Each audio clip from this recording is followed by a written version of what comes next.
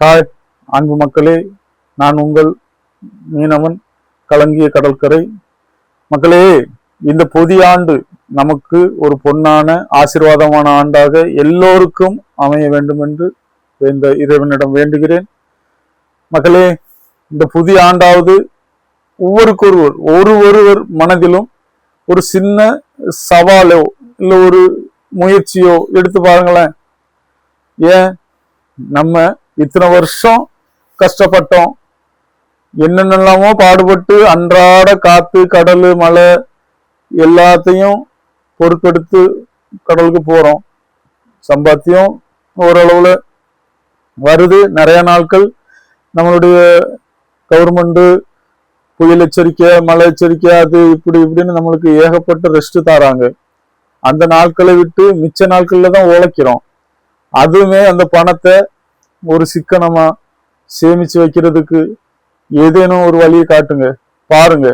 ஏன்னா நம்ம மீனவ மக்கள் மட்டும்தான் இந்த அதிக ஒரு நார்மல் முதலீட்டுல அதிகமான வருமானம் வர்றது நமக்கு தான். ஆனா அது நமக்கு சேமிக்க தெரியுதா, அது ஒண்ணுதான் முக்கியம். நம்ம பிள்ளைங்கள் கேட்ட உடனே ஆடம்பரமான செல் எடுத்து கொடுக்குறோம், நல்ல ஒரு புது பைக் எடுத்து கொடுக்குறோம். அவங்க நினைச்ச அளவுல நினைச்ச நேரத்துல எதுனாலும் நெட்ல ஆர்டர் போட்டு எடுக்கக்கூடிய ஃப்ரீடத்தை கொடுக்குறோம். ஆனா நம்மளை சுத்தி நம்ம வீட்டுக்குள்ள இருக்கிற நம்ம ஒரிஜினல் கடன்களை மறந்துடுறோம். இதானே நாளைக்கு பார்த்துக்கலாம். ஆனா நம் மீனவர் பொழைப்பு அப்படி கிடையாது. இன்றைக்கு 10 ரூபா கிடைச்சா நாளைக்கு ஒண்ணுமே இல்லாம கூட நம்ம வெறும் பைவரா வாரோம். அப்போ இதை சிந்திச்சு செயல்படுங்க.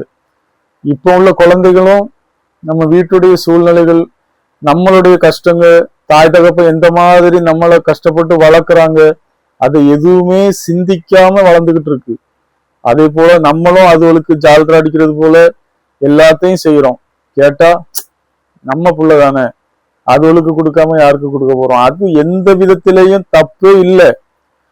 நம்ம புள்ள நம்ம வாழ்ந்த வாழ்க்கைக்கு அதுக்கு டபுள் மடங்கா சந்தோஷமான வாழ்க்கை அது வாழணும்னு நம்ம ஆசைப்படுறோம். ஆனா நம்மளுடைய வீட்டுடைய சூழ்நிலை, நம்மளுடைய கஷ்டம், நம்ம தாய் தகப்ப என்ன கஷ்டப்படுறாங்கன்னு அதுகளுக்கும் தெரியணும்.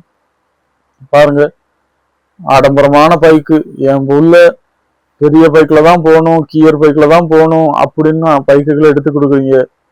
யதார்த்தமா அது ஓட்ட தெரிஞ்சோ தெரியலையோ புல்லுன்னு ஏறினோடனே திருக்கிட்டு போதுங்க. எதுலையாவது விழுந்து அடிபட்டு ஏதாவது காயங்கள் ஆனா ஒன்றும் பிரச்சனை இல்லை. ஏதோ 10 நாள் 20 நாள் ஹாஸ்பிட்டல்ல வச்சு நம்மளும் கிளியர் பண்ணிடலாம். ஆனா அடிபட்டு நான் பாருங்க, நம்ம மீனவ கிராமத்துல பைக்கில் விழுந்து சின்ன சின்ன பசங்கள்லாம் இறந்து போறாங்க. அந்த மாதிரி பிள்ளைங்களுக்கு எடுத்து சொல்லுங்க. ஏன்னா நமக்கு அதுதான் இனி ஒரு லைஃப். பிள்ளைங்க இல்லாட்டி நம்ம சந்தோஷம் கிடையாது, நம்மளுடைய ஒரு நிம்மதி இருக்காது. இனி அதை நினைச்சு புருஷனோ பொண்டாட்டியோ நம்ம தாய் தகப்ப நோய் நொடியிலே விழுந்துருவோம். தயவு செய்து இந்த புதிய ஆண்டு எல்லாருக்கும் ஒரு மகிழ்வான, வெற்றியான, மன நிறைவான ஆண்டா வரணும். எல்லாமல்ல இறைவனை வேண்டுகிறேன். உங்கள் அன்பு மீனவன் மக்களே.